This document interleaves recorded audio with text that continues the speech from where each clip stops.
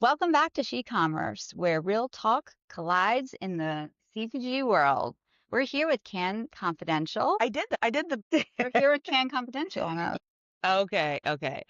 It's day 4 or 5 or 27. Yeah, we don't really know. No idea. So bear with us, folks. We are so excited about our guest today. A- And let's give you a little intro into this powerhouse we're speaking to. Everyone in commerce right now loves to say they're data driven, but saying it and actually doing something about it are very different things. Being truly data driven isn't about dashboards, reports, or buzzwords. It's about turning signals into decisions and decisions into real, measurable growth. And that's where today's guest lives. The fabulous Liz Roche, VP at Albertsons Media Collective, sits at one of the most powerful intersections in our industry, where media meets transaction, where insight meets action, and where data doesn't just inform strategy, it drives it.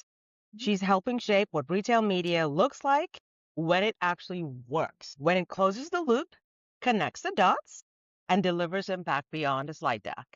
And in a moment where AI is loud and expectations are even louder, everyone is trying to figure out what truly matters, especially this week in Can. Liz, you bring something we don't get enough of: clarity. Clarity on what data should be doing, clarity on what brands are getting right, what they're getting wrong, clarity on how we move from noise to real sustainable growth.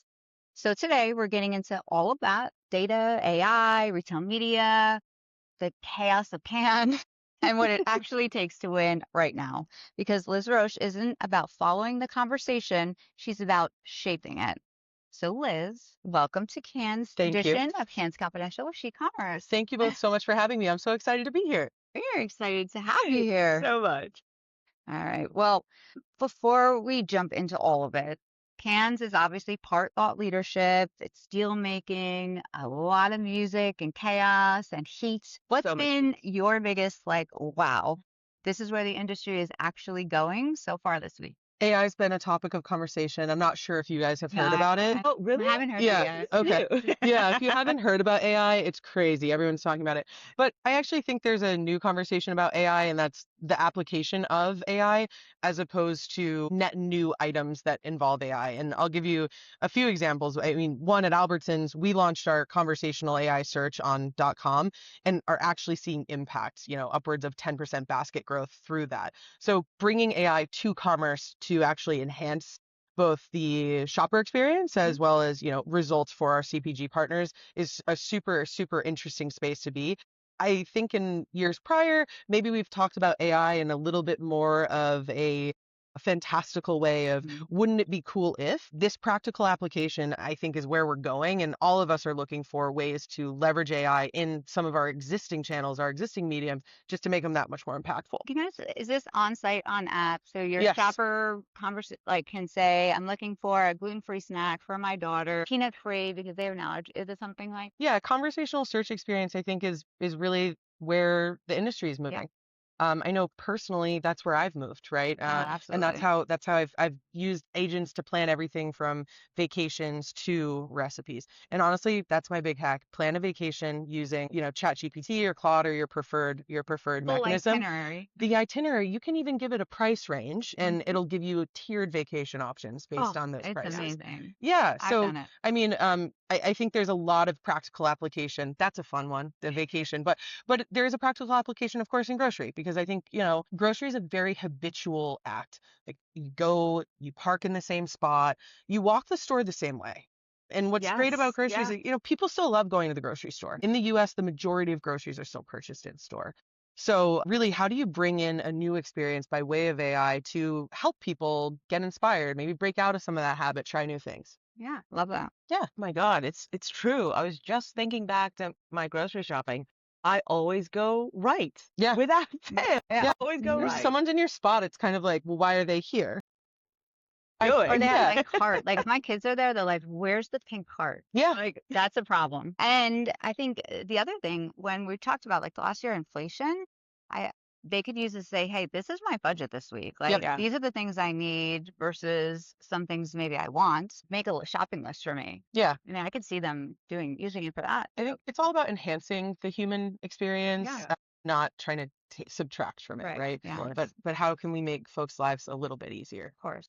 So we've talked about that, but going back into another hot take from Can, what have you seen that's made you think, all right, now chill for a moment, that you've seen so far this year? First and foremost, the back-to-back meetings. It's just too hot. So it's too hot for me to, The heat cruise needs from to beach calm to down. beach. I'm running through shirts like you wouldn't believe. So I think Can needs to chill on back-to-back meetings Yes. next year. Okay. But I also think that the conversations, I've noticed an evolution of conversation, and that is more toward partnership and less toward a one-sided sales conversation. I think that's where we're all at. Look, the bottom line is there's no shortage of solutions in market. There's a solution for everything you need, and frankly, for all the things you don't need as well.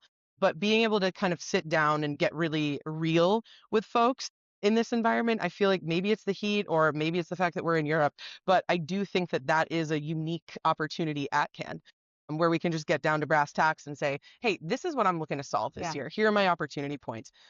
Maybe this isn't the transaction you were envisioning, but what happens if we work together to solve some of our top priorities? Maybe it's the Could be.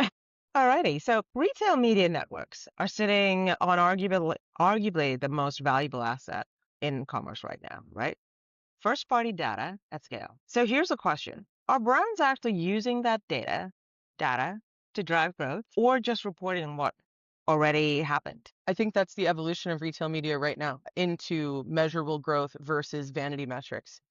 Right now, all marketers are under pressure to deliver. It is a challenging environment right now, and I don't think you can frivolously spend marketing dollars on anything. But it's not good enough to just get a really good report and put it on the fridge and pat ourselves on the back. We have to take that information and translate it from data into action, which is actually the hardest part. There's no shortage of data. Anyone who tells you there's a shortage of data simply is lying, but there is a gap in insight, and from insight to action is an even larger gap. I think that's the direction, though, that I've seen marketers rapidly shift in that direction, because they are being pressed to do more with less. And in retail media specifically, that's why the conversation has moved to incrementality. It's why it's moved into longitudinal metrics. It's why it's moved into category growth. All of those things really take into account the full value of the partnership versus the single campaign.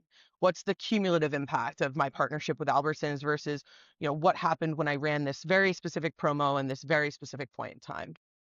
So what differentiates or separates insight from noise? I think it's the actionability on that front. So there, and that is also an issue, right? The noise is never ending. But actually, some of the conversations I had a really interesting one with a gentleman who runs kind of an agentic data business, and that is one of the promises I have, or I'm seeing potentially with AI, is can we use agents to help get us there? Because that shortage of data is, again, non-existent. It's too much data in some ways. But if you can leverage an agent to ask why it matters, or what are the trends, or what are we seeing over time, I think that's where AI can be a really powerful use case, because getting to the action and getting to the next best dollar is tough. It's really tough. I also think there's so much data, to your point, right? So much noise in the system. So if you're really outcome based, you could ask that agent, hey, I have all these data sources. Which are the data source inputs that are going to matter most here to get us to measure real performance and what success looks like against these outcomes? Because then it's like you have a place to start. I think a lot of people feel like they're boiling the ocean with that data strategy and getting everything into the system when you don't need everything. You need those few KPIs that are going to be tied to those outcomes to give you the impact, as you said. Sometimes it's hard to decide that when there's just so much. Sure. Again, I think for brands, there are a ton of retail media networks to work with. And we all do, measurement is different depending on where you go. And that can create complexity. So how can we leverage AI to help maybe make sense of some of that? Because the way that I might measure, or I might create a control group, might be different from retailer X or retailer Y.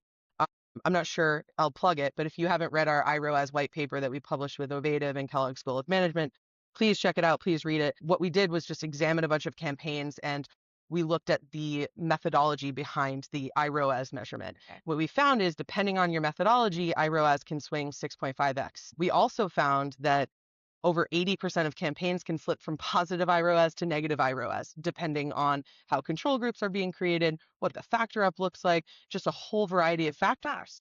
So it can be a black box, but I do think that's why, especially on the Albertson side, we're so bullish on transparency. Yeah. The benefit of retail media is we all want to sell more products. We all want to move more units. Retailers are working in good faith to do this. And for us, it's not about creating one way to do business, rather an area where we can be transparent and help educate our buyers on the other side. But, everyone likes to say they're data driven, right? Yeah. There's not a company that's not saying that. So, but what does being truly data driven look like inside Albertsons Media Collective, operationally, every day? Well, it's kind of an infrastructure, a governance, and a strategy trifecta to be data driven. Yeah. But when you consider again the amount of data points we have, we're operating in over 2,200 stores across the U.S., 13 of the top 15 DMAs in the U.S. There is no shortage of data. Right. But actually going into a data set with an identified hypothesis is how we move back interpret them, right? This isn't a retrospective interpretation per se. We like to go into every campaign, every experiment with really defined hypotheses on the front end so we can either prove or disprove them. Love that. It makes for the interpretation on the back end. We talked about data to insight to action. I think when you start any investment with just a few hypotheses and a thing that you want to learn, the interpretation and the action becomes a lot easier at the end. And it does sound so easy, especially when you talk about it. We know it's a lot harder than that. So what do you think is harder than people expect, especially when they get into the nitty-gritty of it? The hardest thing is scaling results, I think. I think that's where a lot of suppliers are challenged because there are nuances in the way folks shop. Folks shop Albertsons a little bit different than they might shop a pharmacy, than they might shop a club. So being able to kind of categorize and almost taxonomize your results to find through lines, yes, across retailers, but also through lines within your retailers. I think that can be the most complex. Yeah. Just because it worked at retailer X doesn't mean it's going to work at retailer Y. Right. Good reminder. And very true. Yeah. Very true. Let's switch gears for a moment and let's go back to, I should say, AI and retail media. What is, the hype versus reality? Because Canada's basically AI in a linen suit, right? I mean, that's what this week is. Sweaty linen suit. Just don't say moist. So from where you sit, how is AI actually changing retail media? Like meaningfully? Yeah, it's interesting because I think a lot of the parts that I see are kind of like the less sexy parts, if you will, right? Of course, I mentioned our conversational search on site, and that is amazing, right? That's not a retail media product at this point, but it's an amazing innovation that Albertsons is leaning into, which we love to see. But on the other side of it, there are a lot of repetitive workflows that happen within media buying, planning, optimization, measurement. And being able to bring AI into those workflows and free folks up to do more strategic work, I think it's just a way to increase our strategic altitude altogether and bring more value to our clients. It's also the work people want to do. I mean, at the end of the day, I have a ton of really smart folks on my team and they want to solve the hard questions. Yeah. So what can we automate for you to give you more time to ponder those harder questions? I think to me that's the unlock. Is it the most fun, interesting thing to talk about how you automated a workflow from system A to system Z? Maybe not as fun, but it really does drive impact. It is. It may not be fun, but it's fundamental. Great. Yeah. Right. And what it unlocks is the sexy Of part. course. Yeah. Exactly. So where would you say that people are expecting AI to deliver too much too fast? Tough question. I think people are underestimating the impact of AI on analytics and being able to use conversational search and query to get insights faster. I think that's underestimated. And I think overestimated might be just the overall commerce experience. Like again, with grocery specifically, it's still relatively an in-store business. Of course, we have a growing e-commerce business, absolutely, but I always say it, and you just want to squeeze your own avocados, and that's kind of the reality. You need to look at the tomato. You're looking at the bananas. Are they at the ripeness for your week? Yep. And a lot of folks are wanting to do that themselves. Also, the grocery stores is fun. I think at the end of the day, it's just fun. So I think for us, that's where I see there's a tremendous amount of opportunity that's probably being underestimated on the insights to action side. And the commerce side, I'm so interested to see how it unfolds. But I think it'll be kind of a zigzag journey on how we get there. Well, as you said, media to shelf is continuing to evolve. And Albertsons sits at this like powerful intersection of all that media, transaction, loyalty. So, how should brands rethink that full commerce loop in an AI driven world? Honestly, it's about for me at least, I think it's about being able to taxonomize results and kind of going back to what I talked about before.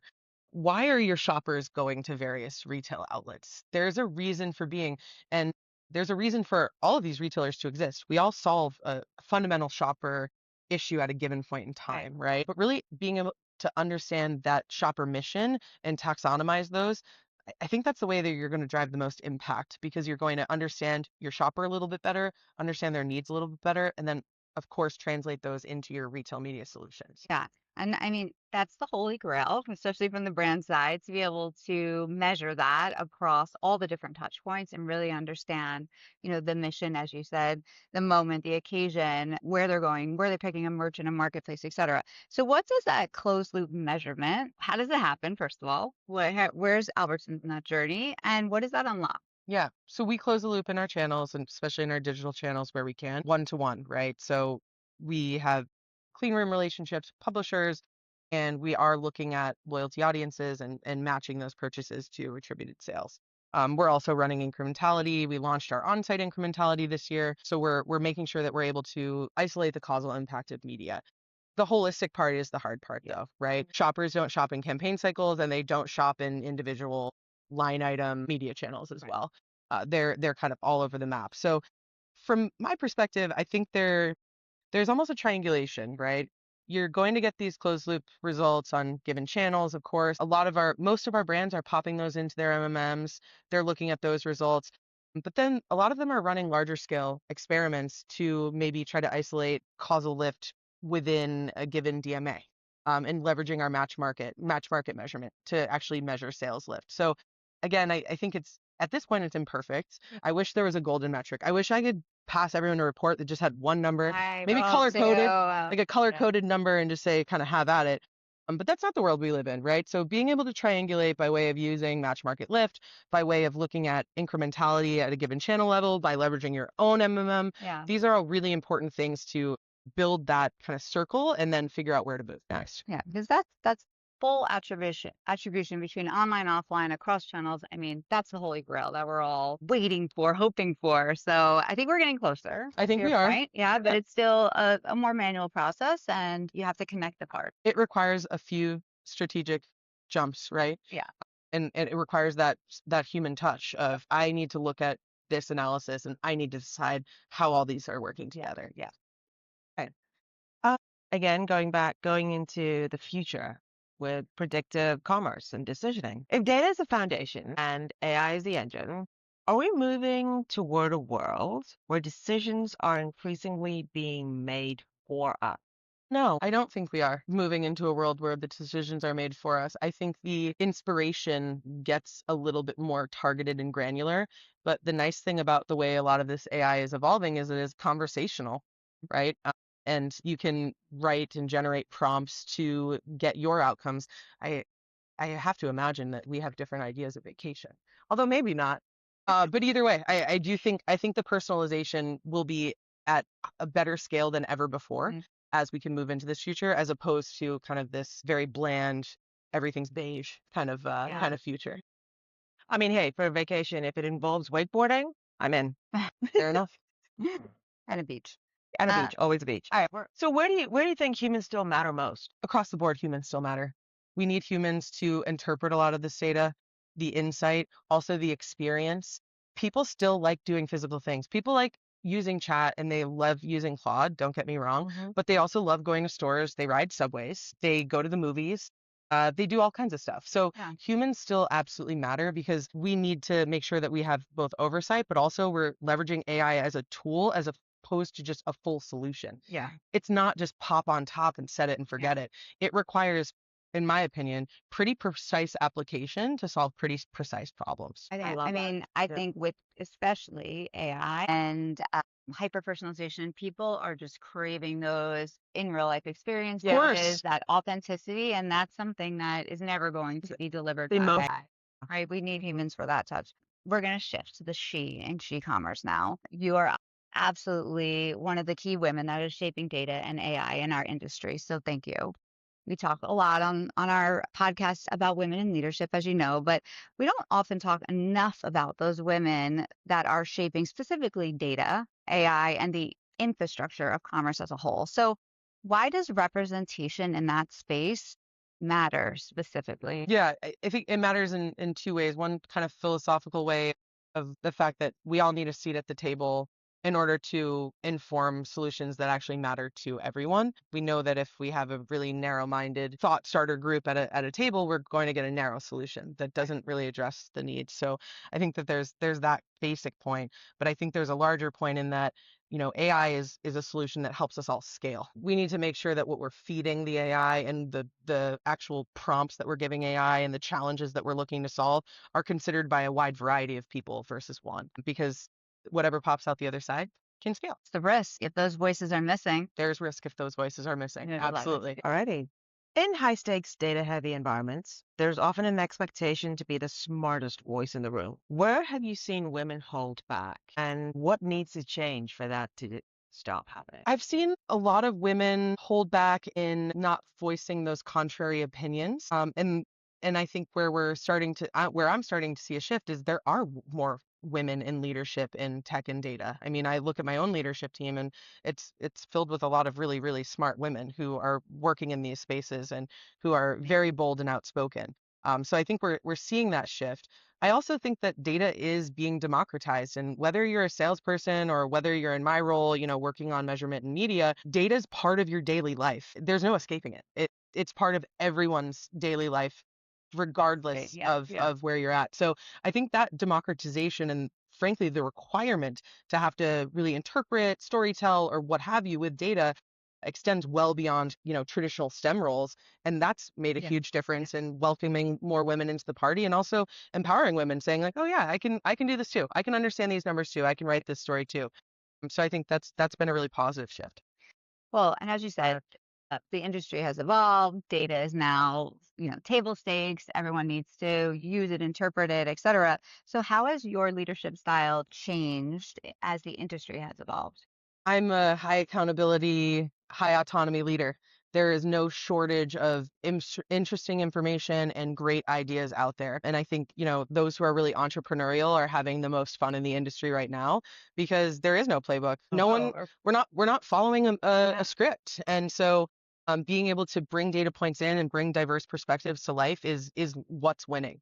And so I think my leadership style has definitely shifted into that very high. Is there anything that's become less relevant in terms of those skills that maybe you used to value more from either in yourself or as you look for people to build your team? It's less about the skills in very specific. Like, I'm not necessarily looking for, I want you to have this very specific experience, but I am looking for people who are very curious because I know I didn't go to school to learn about retail media and data commercialization. That just wasn't really on the table No. when I went to school. Yeah. But it's been something that I've really loved and I've been able to obviously, make a career out of. So being able to find folks who are really curious and really interesting to me is the best way of hiring. They don't have to come from retail media. They can come from anywhere, provided they really want to dig in and learn. Great. And you can't teach that. Nope. Yeah. You absolutely can't teach That's that. just in you or it's not. If you could go back 10 or so years, what would you tell your younger self about navigating this industry and